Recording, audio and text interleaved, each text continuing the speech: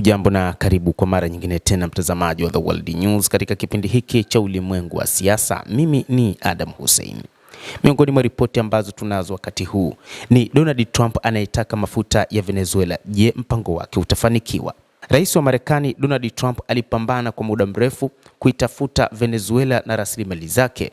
Hata hivyo, rais huyo wa Marekani alitumia njia nyingi, ikiwa ni pamoja na kutengeneza propaganda za madawa ya kulevya nchini humo, huku akimshutumu rais wa Venezuela Nicolas Maduro kama mhusika mkuu.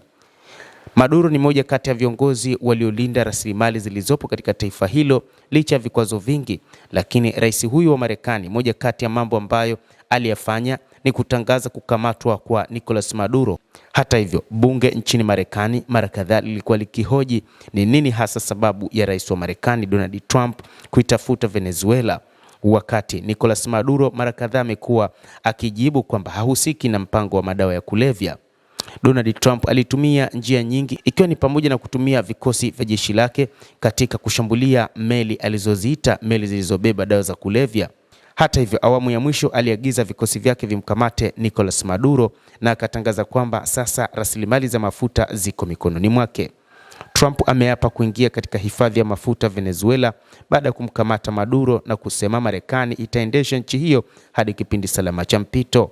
Rais huyo anataka makampuni ya mafuta ya Marekani kukusanya mabilioni ya dola katika nchi hiyo ya Amerika ya Kusini ambayo ina akiba kubwa zaidi ya mafuta ghafi duniani ili kukusanya rasilimali ambazo haijatumiwa kwa kiasi kikubwa.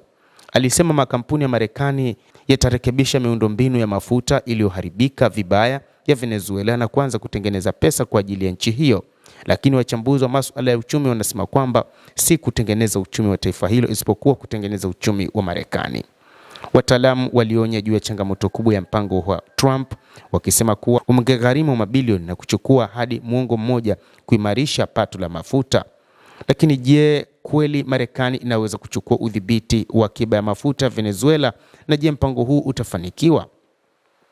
Ikiwa wastani wa mapipa bilioni 3.3, Venezuela ina hifadhi kubwa zaidi ya mafuta iliyothibitishwa duniani, lakini kiasi cha mafuta ambacho nchi hiyo hutoa ni kidogo mno ikilinganishwa na hifadhi hiyo. Pato lake limeshuka sana tangu mwanzoni wa mwaka 2000, kwani rais wa zamani Hugo Chavez na kisha utawala wa Maduro waliimarisha udhibiti wa kampuni ya mafuta inayomilikiwa na serikali PDVSA na kusababisha kuondoka kwa wafanyakazi wenye uzoefu zaidi. Ingawa baadhi ya makampuni ya mafuta ya nchi za magharibi, ikiwa ni pamoja na kampuni ya Marekani ya Chevron, zinafanya kazi nchini humo, shughuli zao zimepungua kwa kiasi kikubwa, kwani Marekani imeongeza vikwazo na kulenga mauzo ya mafuta ya nje, ikimzuia Maduro kufikia njia kuu ya kiuchumi. Vikwazo ambavyo Marekani iliweka kwa mara ya kwanza mwaka 2015 wakati wa utawala wa Rais Barack Obama kutokana na madai ya ukiukwaji wa haki za binadamu, umeliacha taifa hilo kushindwa kujimarisha kutokana na kukatwa kwa uwekezaji na sehemu inazohitaji. Changamoto ya kweli walionayo ni miundombinu yao, wanasema wachambuzi wa mambo. Hata hivyo, watafiti mbalimbali wanasema kwamba sekta ya mafuta Venezuela ilikuwa na mafanikio katika miongo kadhaa iliyopita na imekuja kudorora miaka 20 iliyopita. Njia nyingi za ugavi miundombinu zimeporwa, kunyang'anywa na kuuzwa.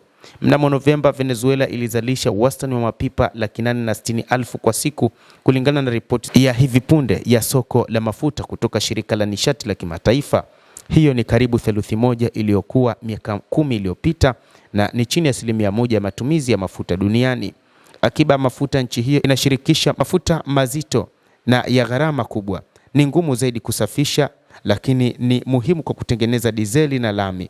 Kwa kawaida, Marekani huzalisha mafuta mepesi yanayotumika kutengeneza petroli. Katika kuelekea mashambulizi na kukamatwa kwa Maduro, Marekani pia ilikamata meli mbili za mafuta katika pwani ya Venezuela pamoja na kuamuru kuzuiwa kwa meli zilizoidhinishwa kuingia na kutoka nchini humo.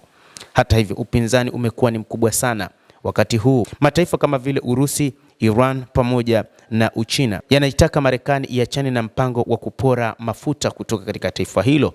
Lakini pia ndani ya Venezuela, wakati huu kunaonekana hali si shwari, ambapo raia wamekuwa wakiandamana wakati wote tangu kukamatwa kwa Maduro. Lakini pia ndani ya Marekani kwenyewe kumekuwa na tofauti miongoni mwa wabunge pia na hata raia wa kawaida wakitaka rais wa Marekani kuachana na mpango huo wa mafuta ya Venezuela. Kadhalika, Wakati huu kunaonekana jeshi lenyewe la Venezuela huenda likaingia katika mgawanyiko, na kwamba hii itakuja kusababisha hali kuwa mbaya nchini humo, ambapo Marekani italazimika kutumia nguvu kubwa kuhakikisha inatawanya makundi ambayo yanaweza kujitokeza. Wachambuzi wa mambo wanasema huenda pia mataifa makubwa yanaweza yakaunga mkono makundi ambayo yatapinga uwepo wa Marekani nchini humo. Mtazamaji, tutaendelea kukujuza nini ambacho kinajiri katika nchi ya Venezuela kwa sasa, ambayo imekumbwa na mashambulizi ya Marekani yaliyomuondoa madarakani Rais Nicolas Maduro. Lakini pia wakati huu inatajwa kwamba bado taifa hilo linaonekana kutotulia, kwani baadhi ya wanajeshi wanataka kuipindua serikali ambayo rais wa Marekani Donald Trump ni kama vile ameiunga mkono, ama unaweza ukasema ameikubali serikali ya Delcy Rodriguez ambaye alikuwa makamu wa rais wakati utawala wa Maduro. Endelea kutufuatilia, lakini usisahau kulike, kucomment na kusubscribe channel yetu hii ili upate habari hizi kwa mapana hapa The World News. Naitwa Adam Hussein.